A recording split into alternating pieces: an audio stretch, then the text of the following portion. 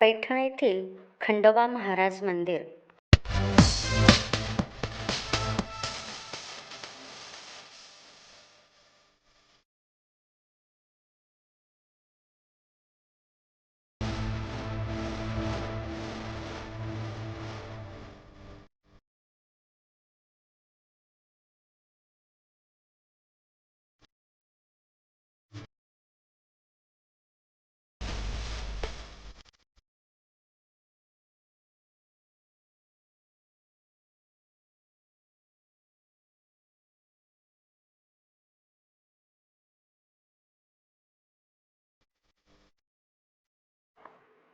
सर्वांना माझा नमस्कार. आज आपण भटकंती या सदरात श्री क्षेत्र पैठण येथे आलो आहे. श्री क्षेत्र पैठण हे गाव संत एकनाथ महाराज यांची जन्मभूमी, कर्मभूमी आणि समाधीस्थान आहे. नाथांनी संत ज्ञानेश्वर महाराज यांचे आळंदी देवाची येथील समाधीस्थान शोधून त्याचा जीर्णोद्धार केला. जी ज्ञानेश्वरी आपण वाचतो ती एकनाथ महाराजांनी शुद्ध केलेली असल्याने सर्वसामान्यांपर्यंत पोहोचली. नाथ महाराज हे वारकरी संप्रदायाचे आधारस्तंभ आहेत. आषाढी एकादशीनंतरची दुसरी मोठी वारी म्हणजे पैठण येथील नाथषष्ठीची वारी. त्यावेळी 7 ते 8 लाख भाविक पैठणमध्ये येतात. जवळपास 700 दिंड्या भानुदास एकनाथचा गजर करत येतात. 450 वर्षांची परंपरा असलेल्या नाथषष्ठी यात्रा उत्सवाला फार महत्त्व आहे. दरवर्षी मार्च महिन्यात हा उत्सव असतो.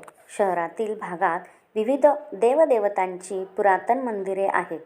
सर्वसाधारणपणे नाथ म्हणून ओळखले जाणारे संत एकनाथ यांचा जन्म पैठण येथे झाला. हे महाराष्ट्रातील वारकरी संप्रदायातले एक संत होते.